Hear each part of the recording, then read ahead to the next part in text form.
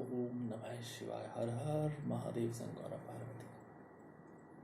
नमस्कार मित्रों, आज के एपिसोड में मैं जितेंद्र श्वेतानी आपका स्वागत करता हूँ। जैसा कि आप जानते हैं, मैं नित्य प्रति संक्षिप्त शिव पुराण का पाठ कर रहा हूँ और रुद्र संहिता का पाठ फिलहाल कर रहे हैं।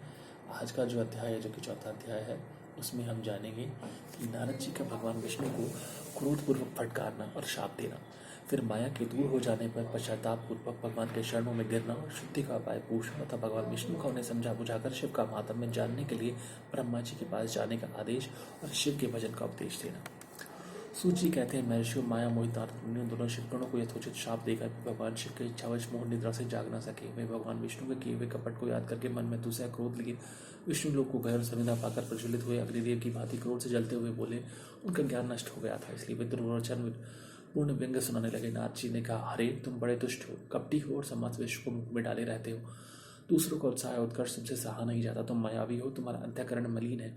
पूर्व काल में तुम्ही ने मोहिनी रूप धारण करके कपट किया, असुरों को वारुणी मदिरा पिलाई, उन्हें अमृत नहीं पीने दिए। छल कपट में ही अनुराग रखने वाले हरि यदि महेश्वर रुद्र दया करके विष न पी लेते, तुम्हारी सारी माया उसी दिन समाप्त हो जाती। विष्णुदेव कपटपूर्ण चाल तुम्हें अधिक प्रिय है। तुम्हारा स्वभाव अच्छा नहीं है, तो भी भगवान शंकर ने तुम्हें स्वतंत्र बना दिया है। तुम्हारी इस चाल ढाल को समझकर अब भगवान शिव भी पश्चाताप करते होंगे। अपनी वाणी रूप वेद की प्रामाणिकता स्थापित करने वाले महादेव जी ने ब्राह्मण को सर्वोपरि बताया है। हरे, इस बात को जानकर आज मैं बलपूर्वक तुम्हें ऐसी सीख दूंगा जिससे तुम फिर कभी भी ऐसा कर्म नहीं कर सकोगे। अब तक तुम्हें किसी शक्तिशाली या तेजस्वी पुरुष से पाला नहीं पड़ा था, इसलिए आज तक तुमने डर बने हुए हो। परंतु विष्णु, अब तुम्हें अपनी करनी का पूरा पूरा फल मिलेगा। भगवान विष्णु से ऐसा कहकर माया मोहित नारद मुनि अपने ब्रह्म तेज का प्रदर्शन करते हुए क्रोध से खिन्न हो उठे और शाप देते हुए बोले, विष्णु, तुमने स्त्री के लिए मुझे व्याकुल किया है, तुम इसी तरह सबको मोह में डालते रहते हो। यह कपटपूर्ण कार्य करते हुए तुमने जिस स्वरूप से मुझे संयुक्त किया था, उसी स्वरूप से तुम मनुष्य हो जाओ और स्त्री के वियोग का दुख भोगो। तुमने जिन मानवों के समान मेरा मुंह बनाया था, वे ही उस समय तुम्हारे सहायक हो। तुम दूसरों को स्त्री विरह का दुख देने वाले हो, अतः स्वयं भी तुम्हें स्त्री का वियोग का दुख प्राप्त हो। अज्ञान से मोहित मनुष्यों के समान तुम्हारी स्थिति हो। अज्ञान से मोहित हुए नारद जी ने मोहवश श्रीहरि को जब इस तरह शाप दिया, तब उन्होंने शंभु की माया की प्रशंसा करते हुए शाप को स्वीकार कर लिया। तदंतर महालीला करने वाले शंभु ने अपनी उस विष मोहिनी माया को, जिसके कारण ज्ञानी नारद मुनि भी मोहित हो गए थे, खींच लिया। उस माया के तिरोहित होते ही नारद जी पूर्ववत शुद्ध बुद्धि से युक्त हो गए। उन्होंने पूर्ववत ज्ञान प्राप्त हो गया और उनकी सारी व्याकुलता जाती रही। इससे उनके मन में बड़ा विस्मय हुआ। वे अधिकाधिक पश्चाताप करते हुए बारंबार निंदा करने लगे। उस समय उन्होंने ज्ञानी को भी मुंह में डालने वाली भगवान शंभु की माया की सराहना की। तदंतर यह जानकर कि माया के कारण ही मैं भ्रम में पड़ गया था, यह सब कुछ मेरा माया जनित भ्रम ही था, वैष्णव शिरोमणि नारद जी भगवान विष्णु के चरणों में गिर पड़े। भगवान श्री हरि ने उन्हें उठाकर खड़ा कर दिया। इस समय अपनी दुर्बुद्धि नष्ट होने के कारण वे ये बोले, नाथ, माया से मोहित होने के कारण मेरी बुद्धि बिगड़ गई थी, इसलिए मैंने आपके प्रति बहुत दुर्वचन कहे, आपको शाप तक दे डाला है। हे प्रभु, उस शाप को आप मिथ्या कर दीजिए। हाय, मैंने बहुत बड़ा ना पाप किया है, अब मैं निश्चय ही नरक में पड़ूंगा। हरे, मैं आपका दास हूँ, बताइए मैं क्या उपाय, कौन सा प्रायश्चित करूँ जिससे मेरा पाप समूह नष्ट हो जाए और मुझे नरक में न गिरना पड़े। ऐसे कहकर शुद्ध बुद्धि वाले मुनि शिरोमणि नारद जी पुनः भक्ति भाव से भगवान विष्णु के चरणों में गिर पड़े। उस समय उन्हें बड़ा पश्चाताप हो रहा था। तब श्री विष्णु ने उन्हें उठाकर मधुरवाणी में कहा। भगवान विष्णु बोले, तात, खेद न करो, तुम मेरे श्रेष्ठ भक्त हो, इसमें संशय नहीं है। मैं तुम्हें एक बात बताता हूँ, सुनो, उससे निश्चय ही तुम्हारा परम हित होगा। तुम्हें नरक में ही जाना पड़ेगा। भगवान शिव तुम्हारा कल्याण करेंगे। तुमने मद से मोहित होकर जो भगवान शिव की बात नहीं मानी थी, उसकी अवहेलना कर दी थी, उसी अपराध का भगवान शिव ने तुम्हें ऐसा फल दिया है, क्योंकि वे ही कर्म फल के दाता है। तुम अपने मन में दृढ़ निश्चय कर लो कि भगवान शिव की इच्छा से ये सब कुछ हुआ है। सबके स्वामी परमेश्वर शंकर ही गर्भ को दूर करने वाले, वे ही परब्रह्म परमात्मा है। उन्हीं का सच्चिदानंद स्वरूप से बोध होता है। वे निर्गुण और निर्विकार है, सत्वर रजोतम इन तीनों गुणों के परे हैं। वे ही अपनी माया को लेकर ब्रह्मा विष्णु और महेश इन तीनों रूपों में प्रकट होते हैं। निर्गुण और सगुण भी वे हैं। निर्गुण अवस्था में उन्हीं का नाम शिव है। वे ही परमात्मा, महेश्वर, परब्रह्म, अविनाश, निरंत और महादेव आदि नामों से कहे जाते हैं।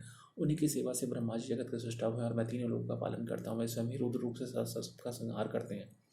वे शिव स्वरूप से ही सबके साक्षी हैं। माया से भिन्न और निर्गुण है। स्वतंत्र होने के कारण वे अपनी इच्छा के अनुसार चलते हैं। उनका विहार, आचार, व्यवहार उत्तम है और वे भक्तों पर दया करने वाले हैं। नारद मुनि, मैं तुम्हें एक सुंदर उपाय बताता हूँ, जो सुखद समस्त पापों का नाशक और सदा भोग मोक्ष देने वाला है। तुम उसे सुनो। अपने सारे संशयों का त्याग करके तुम भगवान शंकर के सुयश का ज्ञान करो। सदानंद भाव से शिव के शतनाम स्रोत का पाठ करो। मुने, तुम निरंतर उन्हीं की उपासना और उन्हीं का भजन करो। उन्हीं के यश को सुनो और गाओ तथा प्रतिदिन उन्हीं की पूजा अर्चा करते रहो। नारद जो शरीर, मन और वाणी द्वारा भगवान शंकर की उपासना करता है, उसे पंडित या ज्ञानी जानना चाहिए। वह जीवन मुक्त कहलाता है। शिव इस नाम रूपी दावानल से बड़े बड़े पापों के असंख्य पर्वत अनायास भस्म हो जाते हैं। ये सत्य है, सत्य है, इसमें संशय नहीं है। जो भगवान शिव के नाम रूपी नौका का आश्रय लेते हैं, वह संसार सागर से पार हो जाते हैं। संसार के मूलभूत उनके सारे पाप निसंदेह नष्ट हो जाते हैं। महामुनि, संसार के मूलभूत चित्पातक रूपी वृक्ष है, उनका शिव नाम रूपी कुठार से निश्चय ही नाश हो जाता है। जो लोग पाप रूपी दावानल से पीड़ित हैं उन्हें शिव नाम रूपी अमृत का पान करना चाहिए। पाप दावाग्नि से दग्ध होने वाले प्राणियों को शिव नाम अमृत के बिना शांति नहीं मिल सकती। संपूर्ण वेदों का अवलोकन करके पूर्ववर्ती विद्वानों ने यही निश्चय किया है कि भगवान शिव की पूजा ही उत्कृष्ट साधन तथा जन्म रूपी संसार बंधन के नाश का उपाय है। आज से यत्नपूर्वक सावधान रहकर विधि विधान के साथ भक्ति भाव से नित्य निरंतर जगदम्बा पार्वती सहित महेश्वर सदाशिव का भजन करो।